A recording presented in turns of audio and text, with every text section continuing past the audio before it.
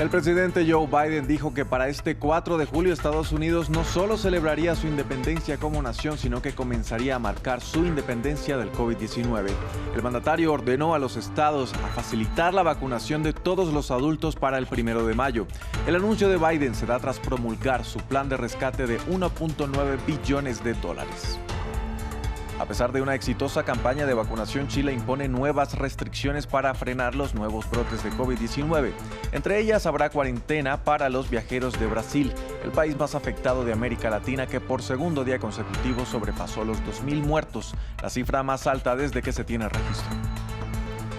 Al menos 12 personas más murieron por disparos de las fuerzas de seguridad de Myanmar este jueves. De acuerdo con la ONU, ya serían al menos 70 los muertos que ha dejado la represión a las protestas contra el golpe de Estado del pasado 1 de febrero.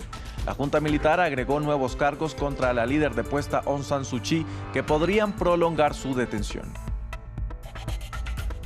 Bienvenidos a este nuevo informativo de France 24. Los saluda Andrés Mesa Muñoz.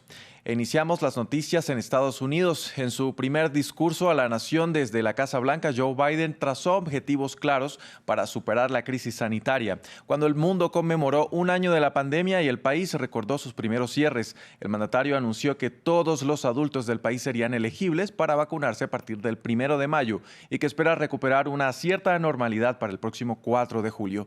Mar Romero tiene los detalles. Ya es una realidad. El presidente demócrata Joe Biden convirtió en ley el plan de rescate para paliar la crisis económica dejada por la pandemia. 1,9 billones de dólares en ayudas y estímulos. Era una de las puntas de lanza de la campaña de Biden durante las elecciones. Una promesa cumplida menos de 2 meses después de su llegada a la Casa Blanca. La ley incluye pagos directos de $1.400 a los estadounidenses que ingresen menos de $75.000 anuales, una suma mayor a la de los planes anteriores firmados por Trump.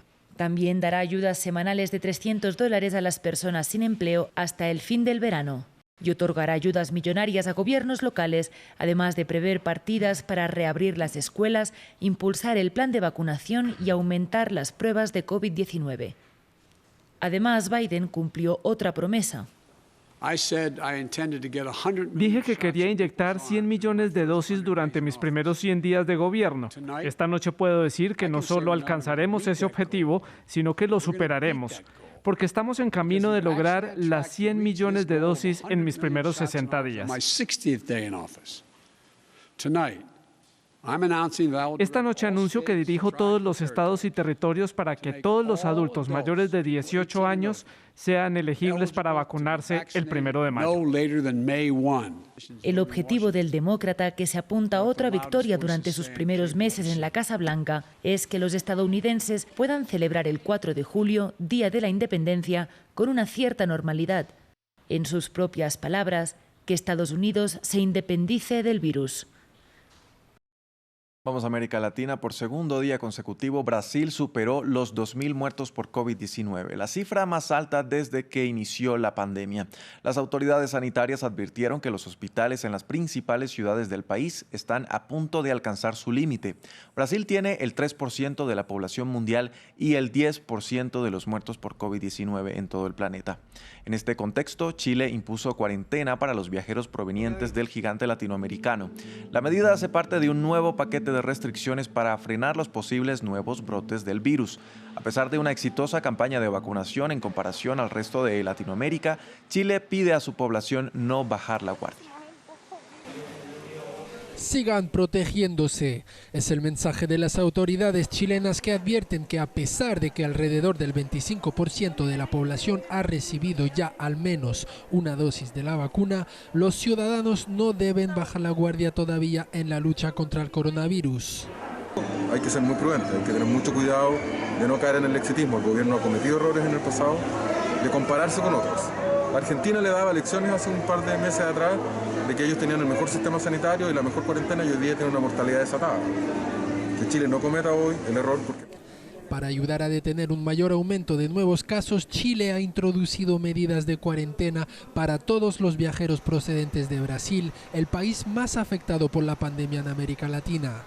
A partir de hoy día, a las 5 de la mañana, todos los viajeros que llegan desde Brasil o que han estado en Brasil los últimos 14 días deben irse a una residencia sanitaria, tanto chilenos como extranjeros. En la residencia sanitaria se les tomará una PCR y aquellas personas que salen negativos pueden continuar su cuarentena en el aislamiento donde está decidido por las personas.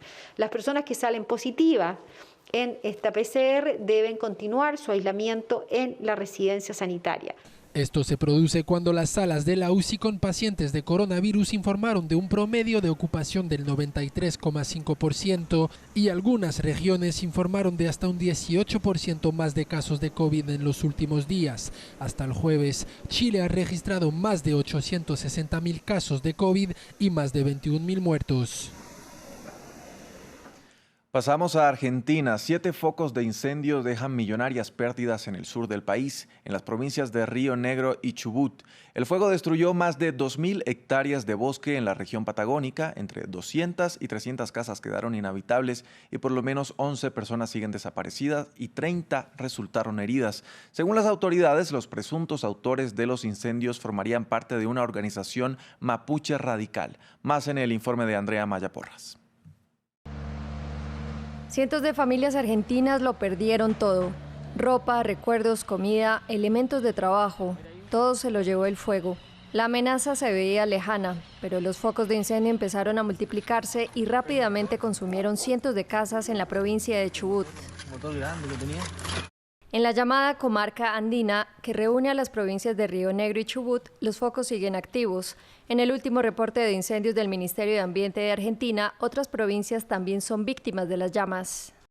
Muchos focos lograron ser controlados el miércoles gracias a las lluvias, pero el jueves el viento volvió a soplar y las llamas que resurgieron arrasaron con la poca vegetación que había sobrevivido. Según el diario Clarín, los presuntos autores de los 7 focos de incendio en la comarca andina son 3 personas que integran agrupaciones militares mapuches radicalizadas. El ministro de Ambiente presentó una denuncia penal, ya que asegura se trata de una situación que fue planificada. Está llegando un cuerpo de peritos de la Policía Federal de Argentina, solicitado por la justicia para que haga un relevamiento y pueda detectar material combustible, lo que daría cuenta de la intencionalidad de los focos ígneos. Las previsiones para este viernes apuntan a condiciones meteorológicas favorables, sin embargo, se espera un aumento de las temperaturas el fin de semana. Al menos 12 manifestantes más murieron en Myanmar este jueves tras recibir disparos de las fuerzas de seguridad. De acuerdo con Naciones Unidas, ya serían al menos 70 los muertos que ha dejado la represión a las protestas que rechazan el golpe de Estado del pasado 1 de febrero.